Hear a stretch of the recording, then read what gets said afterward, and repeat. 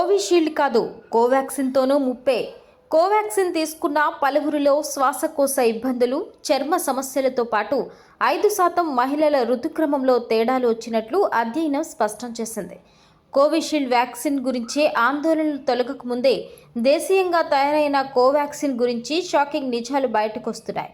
Covishield తీసుకున్న వారిలో అరుదుగా రక్తం గడ్డకట్టే అవకాశాలున్నాయని ఆ వ్యాక్సిన్ తయారీ సంస్థ ఆస్ట్రాజెనికా స్వయంగా అంగీకరించిన విషయం తెలిసిందే. తాజాగా కోవాక్సిన్తోనూ సైడ్ ఎఫెక్ట్స్ వస్తున్నాయని ఓ అధ్యయనంలో వెల్లడైంది.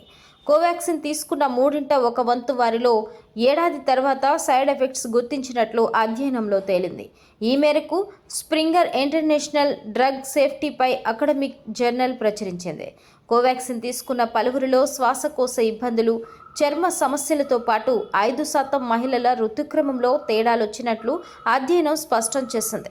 ఇందుకోసం కోవాక్సిన్ తీసుకున్న 926 మందిపై పరీక్షలు నిర్వహించారు. అయితే ఈ వార్తలపై కోవాక్సిన్ తయారీ సంస్థ భారత్ బయోటెక్ స్పందించింది.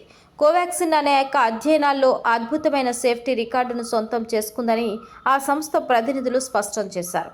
కోవాక్సిన్ను హైదరాబాద్కు చెందిన ఫార్మా సంస్థ భారత్ బయోటెక్ అభివృద్ధి చేసింది.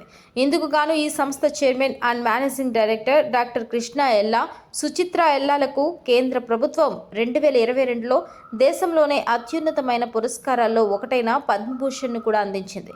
మరోవైపు కోవిషీల్డ్ వ్యాక్సిన్ తీసుకున్న వారిలో అరుదుగా రక్తం గడ్డకట్టే అవకాశాలున్నాయని ఆస్ట్రాజెనికా సంస్థ ఇటీవల కోర్టుకు సమర్పించిన నివేదికలో స్పష్టం చేసింది. థ్రోంబోసైటోపెనియా సిండ్రోమ్ (TTS) అని పిలుస్తారని తెలిపింది. ఈ వ్యాక్సిన్ను ఇండియాలో సీరం ఇన్స్టిట్యూట్ తయారు చేసింది. ఇలా వరుసగా కరోనా వ్యాక్సిన్లపై వస్తున్న వార్తలతో ప్రజల్లో భయాందోళన నెలకొంది.